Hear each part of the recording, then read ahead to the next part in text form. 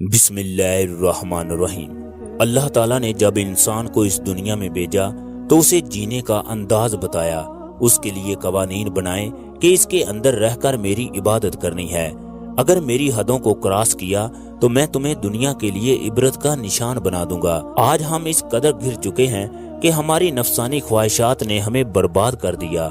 پہلے ہم اجنبی عورتوں سے بے حیائی کرتے تھے، پھر چھوٹے چھوٹے بچے بھی ہمارے ہاتھوں سے محفوظ نہ رہے۔ یہ معاملہ یہی نہ رکا بلکہ اب جانور بھی ہمارے غضب کا شکار ہو گئے ہیں۔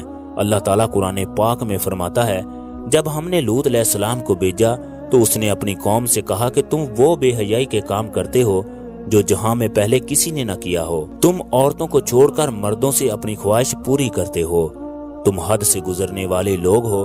اللہ تعالیٰ کو سب سے زیادہ اس قوم پر غصہ آیا۔ صبح ہوتے ہی ایک زوردار آواز آئی، اس کے بعد ان پر کینکریاں اور پتھر برسنا شروع ہو گئے۔ حضور اکرم صلی اللہ علیہ وسلم نے فرمایا، 4 لوگ ایسے ہیں جو صبح و شام اللہ کے غضب کا شکار رہتے ہیں۔ صحابہ اکرام نے عرض کیا، یا رسول اللہ وہ کون سے لوگ ہیں؟ فرمایا، وہ مرد جو عورتوں سے مشابہت اختیار کرتے ہیں، اور وہ عورتیں جو مردوں سے مشابہت اختیار کرتی ہیں، اور جانوروں اور مردوں سے بدفعلی کرنے والے۔ ایک اور روایت میں نبی اکرم صلی اللہ علیہ وسلم نے فرمایا، میری امت میں سے ایک ایسا گروہ ہوگا جو لوطیا کہلائے گا۔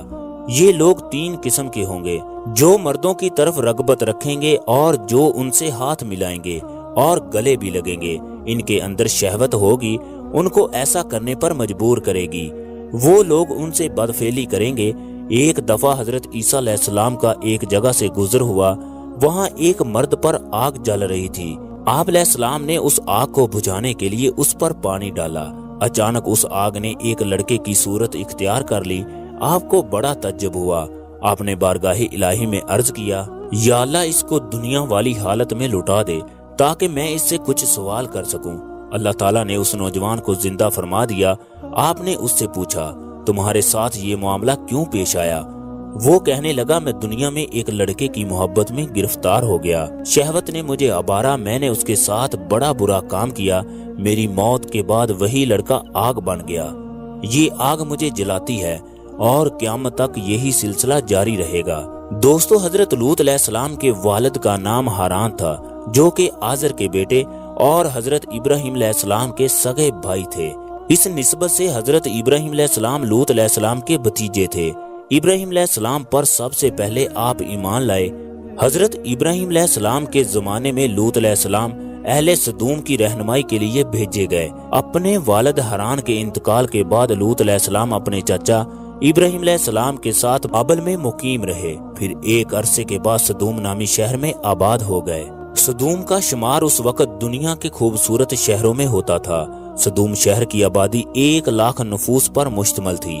اللہ تعالیٰ نے ان لوگوں کو بے شمار نعمتوں سے نوازا۔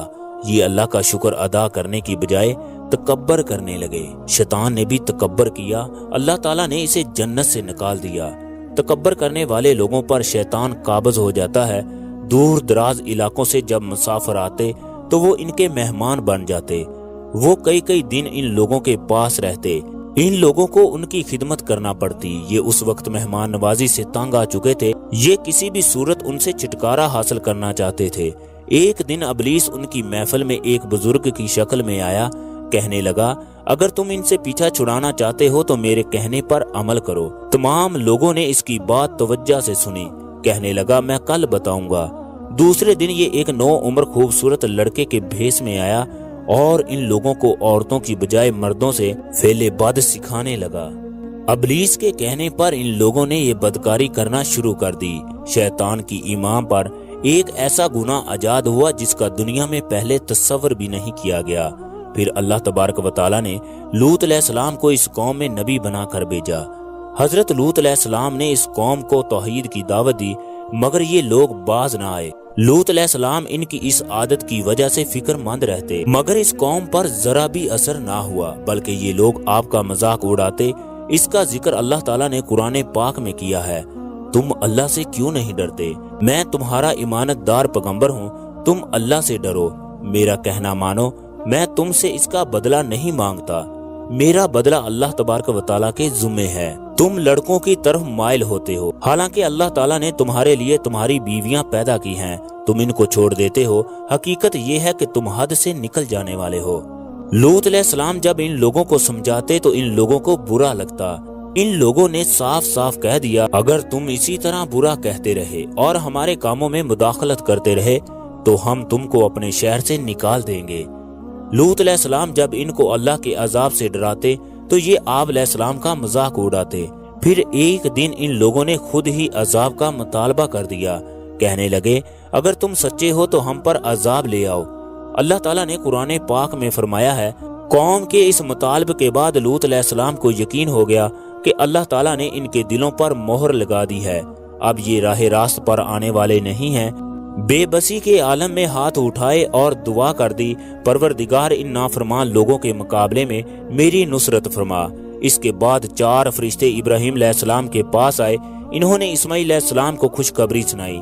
وہاں سے یہ فرشتے لوط علیہ السلام کے پاس پہنچے، ان کی ملاقات لوط کی بیٹی سے ہوئی۔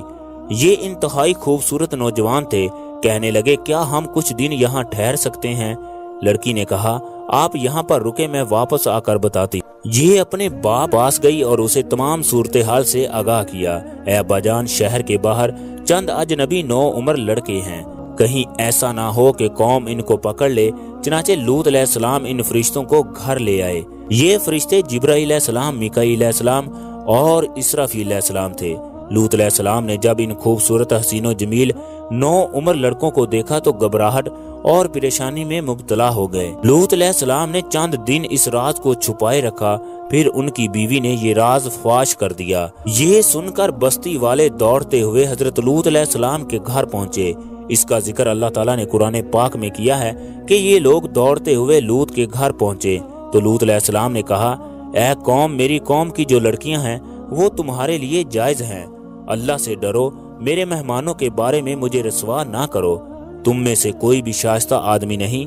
وہ کہنے لگے، اے لوط، تم جانتے ہو ہمیں تمہاری بیٹیوں سے کوئی غرض نہیں، ہمیں جس چیز کی چاہت ہے تم اس سے بخوبی واقف ہو۔ جب قوم دوڑتی ہوئی ان کے گھر کے دروازے پر پہنچی تو لوط علیہ السلام نے گھر کے دروازے بند کر دیے، جبکہ مہمانوں کو ایک کمرے میں چھپا دیا۔ یہ لوگ آپ کے گھر کی دیواروں پر چڑھ گئے۔ لوط علیہ السلام اس قدر گھبرا گئے کہ بے بسی کے عالم میں ان کے منہ سے نکلا، اے کاش مجھ میں تمہارے مقابلے میں طاقت ہوتی یا کسی مضبوط قلعے میں پناہ پکڑ سکتا۔ لوط علیہ السلام کی پریشانی کو دیکھ کر فرشتے کہنے لگے، ہم تمہارے پروردگار کی طرف سے بھیجے گئے فرشتے ہیں، یہ لوگ ہرگز تم تک نہیں پہنچ سکیں گے۔ کچھ رات باقی رہے تو اپنے گھر والوں کو لے کر یہاں سے چل دو۔ لوط علیہ السلام حقیقت جان کر مطمئن ہو گئے۔ رات کو اپنے اہل خانہ کے ساتھ نکل کھڑے ہوئے، ان کی بیوی بھی ان کے ساتھ تھی، مگر کچھ دور جا کر وہ اپنی قوم کی طرف واپس پلٹ آئی۔ قوم لوط ان کے گھر کے دروازے توڑنے پر بازد تھی۔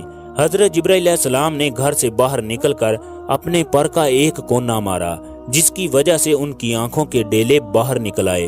قرآن پاک میں ارشاد ہے کہ صبح کا آغاز ہوا تو جبرائیل علیہ السلام نے اللہ کے حکم سے بستی کو اپنے پیروں سے اکھیڑا اور بازوؤں پر رکھ کر آسمان کی جانب چڑھ گئے، حتیٰ کہ آسمان والوں نے کتوں کے بھونکنے اور مرغوں کے بولنے کی آوازیں سنی۔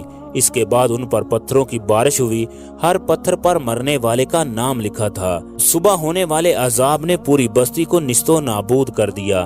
اللہ تعالیٰ نے قرآن پاک میں فرمایا، پھر جب ہمارا حکم پہنچا تو ہم نے وہ بستیاں الٹ دیں، پھر ان پر پتھر برسائے، یہ تمہارے رب کی طرف سے خاص نشانی ہے۔ دوستو، جو لوگ جانوروں سے زیادتی کرتے ہیں ان جانوروں کا گوشت کھانا اور ان کا دودھ پینا حرام ہے۔ حدیث میں ہے کہ جس جانور سے زیادتی کی جائے اس جانور کو اور اس سے زیادتی کرنے والے کو قتل کر دیا جائے۔ اللہ تعالی ہمیں نیک عمل کرنے کی توفیق عطا فرمائے۔